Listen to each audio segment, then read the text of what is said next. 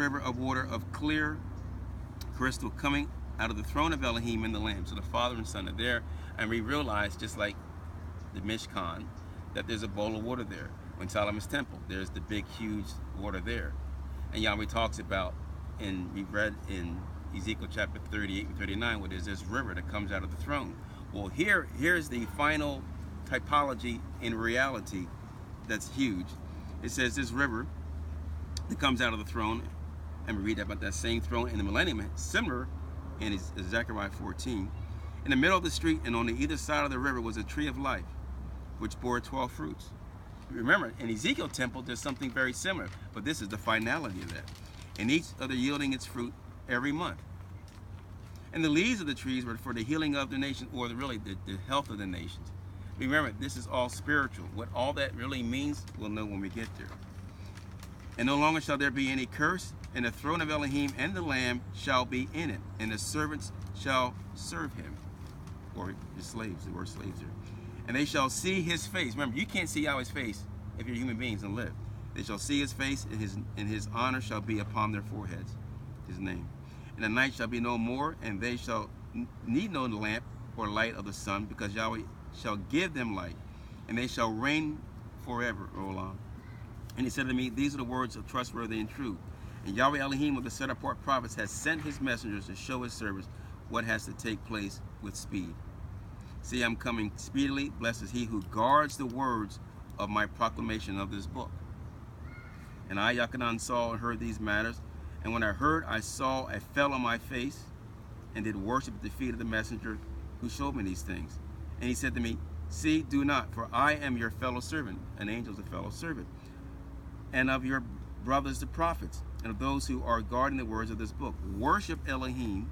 He said to me, do not seal the book of this prophecy of this book, because time is near. And the better word we say proclaiming, because everything exists here is already in the former books.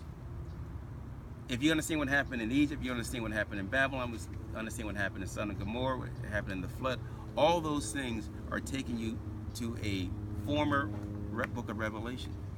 And you read, remember we read Isaiah and Ezekiel was talking about very similar things. He who does wrong, let him do no more wrong. He that does wrong, let him do more wrong. Meaning this is where they galvanize their personality. He who is filthy, let him be filthy more. He who is righteous, let him be more righteous. He who is set apart, let him be more set apart. And see, I'm coming speedily. In other words, if you're going to be hot, be hot. If you're going to be cold, be cold. Don't be in between. He says, my reward is with me to give to each according to his works.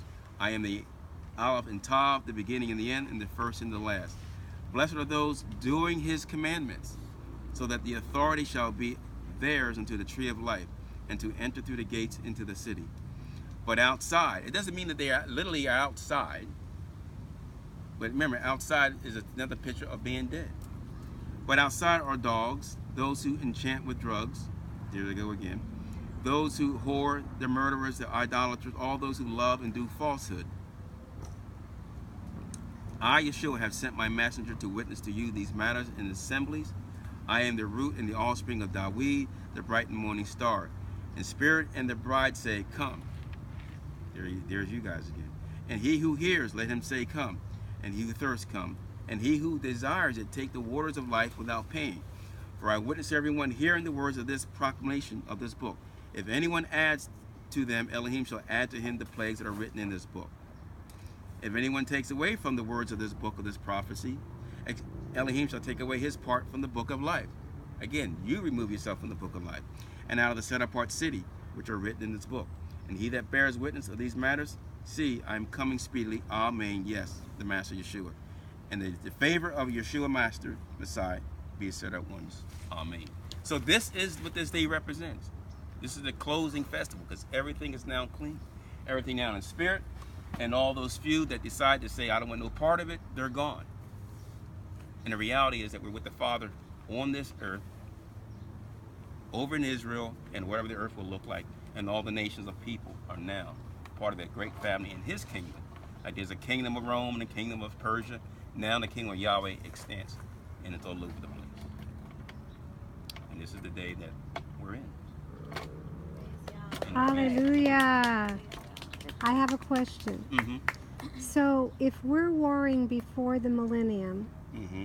and we're fighting all these nations, and Right. there's dead people all over, Mm-hmm. is the last resurrection of the Gentiles come after that? Yes. So even those people that were warring with us are Mhm. going to have another chance. Right. Okay. Yeah, that's what we read in chapter 20.